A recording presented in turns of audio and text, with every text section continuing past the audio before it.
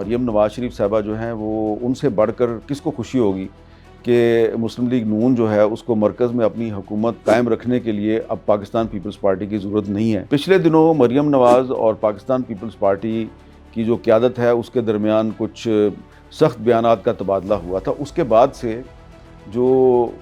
صدر آصف علی زرداری صاحب ہیں انہوں نے پیپلز پارٹی کی جو قیادت ہے اس کو یہ کہا ہے کہ آپ نے چیف منسٹر پنجاب مریم نواز کے خلاف کوئی بیان نہیں دینا، جبکہ وزیر اعظم شہباز شریف صاحب جو ہیں انہوں نے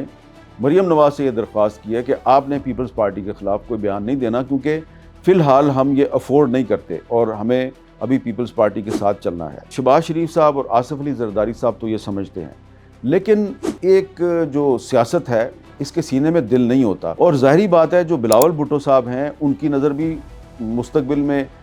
وزیر اعظم کی کرسی پر ہے، اور مریم نواز شریف صاحبہ جو ہیں ان کی بھی نظر مستقبل میں وزیر اعظم کی کرسی پہ ہے۔ تو دونوں جو ہیں وہ پرائم منسٹرشپ کے امیدوار ہیں، اور دونوں جو ہیں اب ان سے ایک زبردستی کا سیز فائر تو کروا دیا گیا ہے، لیکن مریم نواز شریف صاحبہ جو ہیں انہوں نے یہ جو 13 نشستوں کا بائی الیکشن تھا اس کو ریفرینڈم قرار دے کے پیپلز پارٹی کا نام لیے بغیر اس کو یہ میسج دے دیا ہے کہ ہم نے آپ کو بھی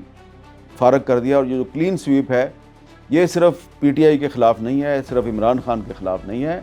یہ پیپلز پارٹی کے خلاف بھی ہے، اور بلاول صاحب اب آپ وزیر اعظم بننے کا خواب چھوڑ دیں۔ یہ بات میں کیوں کر رہا ہوں؟ یہ بات میں اس لیے کر رہا ہوں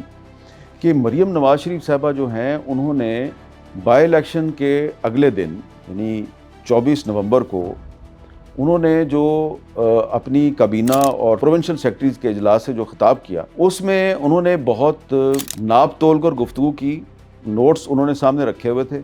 اور وہاں سے دیکھ کے وہ گفتگو فرما رہی تھیں، اور اس گفتگو میں انہوں نے ایک اور بات بھی کی ہے،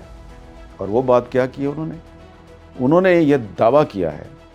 کہ میں پاکستان کی تاریخ کی پہلی خاتون سیاستدان ہوں جس کو جیل میں قید کیا گیا اور مجھ پہ بہت ظلم ہوا۔ اس میں کوئی شک نہیں کہ جب عمران خان صاحب وزیر اعظم تھے تو انہوں نے مریم نواز کو، ان کے والد کو، شہباز شریف صاحب کو اور مسلم لیگ نون کے بہت سے رہنماؤں کو گرفتار کیا، ان پر جھوٹے مقدمے بنائے اور ان کو کافی عرصہ جیل میں رکھا، اور مریم نواز بھی جیل میں گئیں۔